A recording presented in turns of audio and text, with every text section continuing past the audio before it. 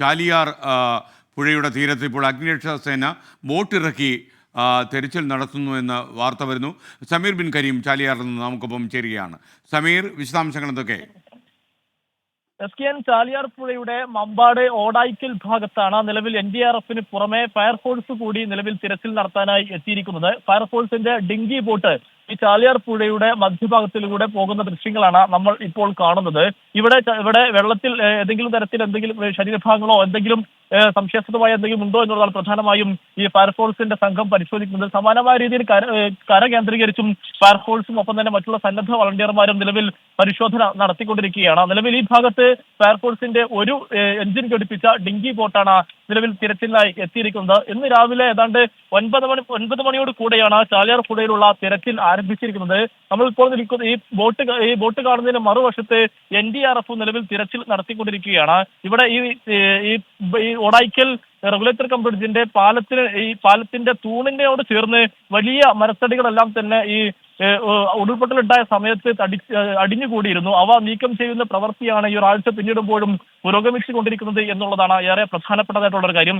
അതിൽ ഇപ്പോഴും ഏതാണ്ട് ഒരു പാതി ഭാഗം അല്ലെങ്കിൽ അടിഞ്ഞുകൂടിയിരിക്കുന്നതിൽ പാതി ഭാഗം മാത്രമാണ് നീക്കം ചെയ്യാൻ കഴിഞ്ഞത് എന്നുള്ളതാണ് വളരെ പ്രധാനപ്പെട്ട കാര്യം. ആദ്യഘട്ടത്തിൽ നാട്ടുകാരുടെ നേതൃത്വത്തിലാണ് രക്ഷാപ്രവർത്തനം അല്ലെങ്കിൽ ഈ മരങ്ങളെല്ലാം തന്നെ നീക്കം ചെയ്തിരുന്നത് എങ്കിൽ ഇപ്പോൾ NDRF അടക്കമുള്ള സേനകൾ ഈ ഭാഗത്ത് പ്രധാനമായും കേന്ദ്രീകരിക്കുന്നു എന്നുള്ളതാണ്. അതിൽ ഈ മരങ്ങളെല്ലാം തന്നെ ഒരു മരത്തടി തന്നെ നീക്കം ചെയ്യണമെങ്കിൽ ഒരുപാട് സമയമെടുക്കുന്നു എന്നുള്ളതാണ്. കാരണം ഓരോന്നിനും മുകളിലായി കൂടുതൽ മരത്തടികളും കല്ലും പാറക്കല്ലും എല്ലാം തന്നെ അടിഞ്ഞുകൂടിയ ഒരു സ്ഥിതിയാണ് ഇവിടെ നിലനിൽക്കുന്നത് എന്നുള്ളതാണ് ഈ രക്ഷാപ്രവർത്തനത്തെ അല്ലെങ്കിൽ ഈ മരത്തടി നീക്കം ചെയ്യുന്നതിനെ കൂടുതൽ ദുഷ്കരമാക്കുന്നത് എന്നുള്ളതാണ് വളരെ പ്രധാനപ്പെട്ടതായിട്ടുള്ള ഒരു കാര്യം. ഇപ്പോൾ NDRFന്റെ സംഘം ഈ മരത്തടി നീക്കം ചെയ്യുന്ന ഭാഗത്തേക്കാണ് ഈ ഫയർഫോഴ്സിന്റെ ബോട്ട് അല്ലെങ്കിൽ ഫയർഫോഴ്സ് സംഘം കൂടി എത്തിയിരിക്കുന്നത് എന്നുള്ളതാണ്. കഴിഞ്ഞ കുറേയധികം ദിവസങ്ങളായി ഈ സംഘം ഇവിടെ തമ്പടിച്ച് ഇത്തരത്തിലുള്ള പ്രവർത്തികൾ നടത്തി വരികയാണ്.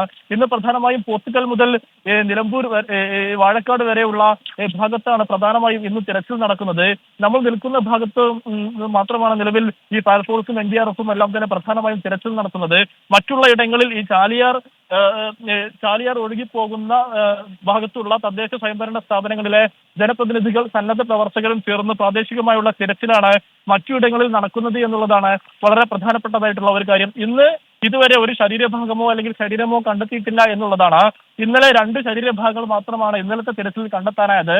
ഒന്ന് ഈ മുണ്ടേരി ഭാഗത്തു നിന്നും ഉൾവനത്തിലേക്ക് ഏതാണ്ട് ഒരു 6 കിലോമീറ്ററോളം അകലെ കുമ്പളപ്പാറ എന്ന ഭാഗത്തു നിന്ന് ഒരു ശരീരഭാഗം കണ്ടെത്തി. അതിന് പിന്നാലെ നമ്മളിപ്പോൾ നിൽക്കുന്ന ഈ ഓടായിക്കൽ റെഗുലേറ്റർ കം ബ്രിഡ്ജിന് സമീപത്ത് നിന്ന് ഫയർഫോഴ്സും ഒരു ശരീരഭാഗവും കണ്ടെത്തി. ഇങ്ങനെ 237 ശരീരഭാഗങ്ങളാണ് മൃതദേഹങ്ങൾ ഉൾപ്പെടെയുള്ള 237 മൃതദേഹങ്ങളാണ് നിലവിൽ നിലമ്പൂർ ജില്ലാ ആശുപത്രിയിൽ ചാലിയാറിൽ നിന്നും കണ്ടെത്തി എത്തിച്ചിരിക്കുന്നത് എന്നുള്ളതാണ് വളരെ പ്രധാനപ്പെട്ടതായിട്ടുള്ള കാര്യം. ഏതായാലും ഈ വയനാട്ടിലാണ് ഉരുൾപൊട്ടൽ ഉണ്ടായതെങ്കിൽ പോലും അതിന്റെ ഭൂരിഭാഗം മൃതദേഹവും കണ്ടെത്തിയിരിക്കുന്നത് ചാലിയാർ പുഴയിൽ നിന്നാണ് എന്നുള്ളതാണ് എടുത്തു പറയേണ്ടിയിരിക്കുന്ന ഒരു കാര്യം. ഇനിയും ഈ ജലനിരപ്പ് താഴുന്ന ഘട്ടത്തിൽ കൂടുതൽ ശരീരഭാഗങ്ങൾ ഒരുപക്ഷെ കണ്ടെത്താൻ കഴിയും എന്നുള്ളതാണ് നിലവിൽ ഈ രക്ഷാപ്രവർത്തനമൊക്കെ തന്നെ മുന്നോട്ട് വെക്കുന്ന ഒരു കാര്യം. ഇന്ന് പ്രധാനമായും ഈ വനം കേന്ദ്രീകരിച്ചുള്ള തിരച്ചിൽ ഇല്ല എന്നുള്ളതാണ്.